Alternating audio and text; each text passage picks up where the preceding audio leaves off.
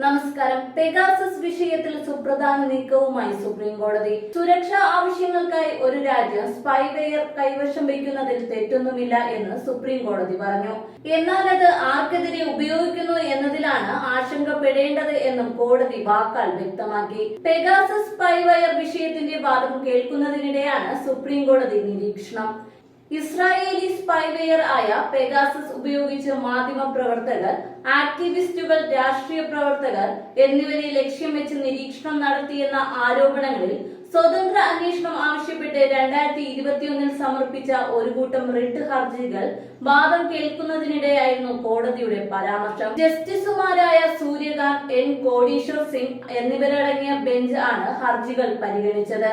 കേസിലെ അടിസ്ഥാന പ്രശ്നം കേന്ദ്ര സർക്കാരിന്റെ പക്കൽ സ്പൈവെയർ ഉണ്ടായിരുന്നു എന്നും അത് ഉപയോഗിക്കുന്നുണ്ടോ എന്നും ഹർജിക്കാർക്ക് വേണ്ടി ഹാജരായ മുതിർന്ന അഭിഭാഷകർ ദിനേശ് ദ്വിവേദി പറഞ്ഞു.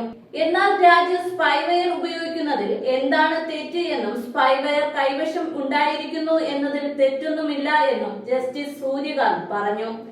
അത് ആർക്കെതിരെയാണ് ഉപയോഗിക്കുന്നത് എന്നതാണ് ചോദ്യം. രാജ്യത്തിന്റെ സുരക്ഷയിൽ നമുക്ക് വിട്ടുവീഴ്ച ചെയ്യാനോ ബലിയർപ്പിക്കാനോ കഴിയില്ല. എന്നാൽ തീവ്രവാദികൾക്ക് സ്വകാര്യത അവകാശങ്ങൾ അവകാശപ്പെടാൻ കഴിയില്ല എന്ന് സോളിസിറ്റർ ജനറൽ തുഷാർ മേത്ത പറഞ്ഞു. ഇതിന് സ്വകാര്യതയ്ക്ക് അവകാശമുള്ള ഒരു സിവിൽ പൗരൻ ഭരണഘടന പ്രകാരം സംരക്ഷിക്കപ്പെടും എന്നും ജസ്റ്റിസ് സൂര്യകാന്ത് കൂട്ടിച്ചേർത്തു. പെഗാസസ് മാൽവെയർ ഉപയോഗിച്ച് NSO വാട്സ്ആപ്പ് ഹാക്ക് നടന്ന രാജ്യങ്ങളിൽ ഒന്നാണ് ഇന്ത്യയെന്ന് US ജില്ലാ കോടതി വിധി ഉദ്ധരിച്ച് മാധ്യമപ്രവർത്തകൻ പരഞ്ജോയ് ഗുഹ തകൃത്തയ്ക്ക് വേണ്ടി ഹാജരായ മുതിർന്ന അഭിഭാഷകൻ കപിൽ സിബൽ പറഞ്ഞു. എന്നാൽ ഇത്തരം ആരോപണങ്ങൾ അന്വേഷിക്കാൻ ജസ്റ്റിസ് രവീന്ദ്രന്റെ നേതൃത്വത്തിൽ ഒരു കമ്മിറ്റി രൂപീകരിച്ചിട്ടുണ്ട് എന്നും ഈ കേസിൽ ഇപ്പോൾ എന്താണ് നിലനിൽക്കുന്നത് കോടതി ചോദിച്ചു. 2021 കോടതി കമ്മിറ്റി രൂപീകരിച്ചപ്പോൾ ഹാക്കിംഗ് യഥാർത്ഥത്തിൽ നടന്നോ എന്ന് വ്യക്തതയില്ലായിരുന്നുവെന്ന് കപിൽ സിബൽ പറഞ്ഞു. US വിധിയോടെ ആ വശത്ത് വസ്തുതാപരമായ വ്യക്തത കൈവന്നു. ജസ്റ്റിസ് രവീന്ദ്രൻ കമ്മിറ്റി റിപ്പോർട്ട് ബാധിത വ്യക്തികൾക്ക് വിട്ടുകൊടുക്കാൻ ഉത്തരവിടണമെന്നും സിബൽ അഭ്യർത്ഥിച്ചു. മറ്റൊരു ഹർജിക്കാരന് വേണ്ടി ഹാജരായ മുതിർന്ന അഭിഭാഷകൻ ശ്യാം ദിവാൻ സിബലിന്റെ അഭ്യർത്ഥനയെ പിന്തുണച്ചു. റിപ്പോർട്ടിലെ എല്ലാ ഭാഗങ്ങളും വെളിപ്പാക്കണം എന്നും ശ്യാം ദിവാൻ പറഞ്ഞു. അതേസമയം ദേശീയ സുരക്ഷയെ ബാധിക്കുന്ന ഭാഗങ്ങൾ വെളിപ്പെടുത്താൻ കഴിയില്ലെന്ന് പറഞ്ഞ് തുഷാർ മേത്ത ഇക്കാര്യത്തെ എതിർത്തു.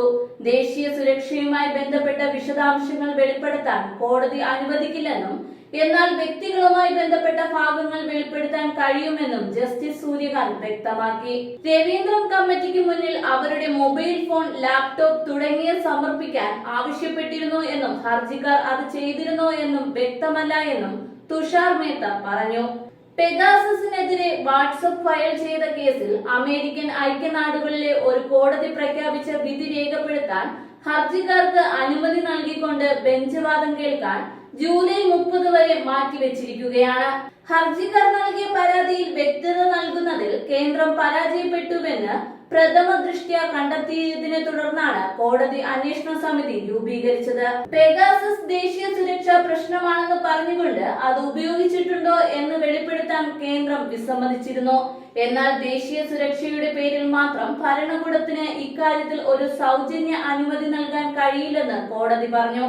നിഷ്പക്ഷ അന്വേഷണം ഉറപ്പാക്കാൻ ഒരു സ്വതന്ത്ര കമ്മിറ്റി ആവശ്യമാണെന്ന് പറഞ്ഞുകൊണ്ട് ഒരു സാങ്കേതിക കമ്മിറ്റി രൂപീകരിക്കാമെന്ന കേന്ദ്രത്തിന്റെ നിർദ്ദേശവും കോടതി നിരസിച്ചു. 2022 സ്വതന്ത്ര കമ്മിറ്റി സമർപ്പിച്ച സീൽ ചെയ്ത കവർ റിപ്പോർട്ട് കോടതി രേഖപ്പെടുത്തി. കമ്മിറ്റിക്ക് സമർപ്പിച്ച 29 ഡിവൈസുകളിൽ 5 എണ്ണത്തിൽ മാൽവെയർ കണ്ടെത്തിയതായി ശ്രദ്ധിക്കപ്പെട്ടു. എന്നിരുന്നാലും മാൽവെയർ യഥാർത്ഥത്തിൽ പെഗാസസ് ആണോ എന്ന് വ്യക്തമല്ല.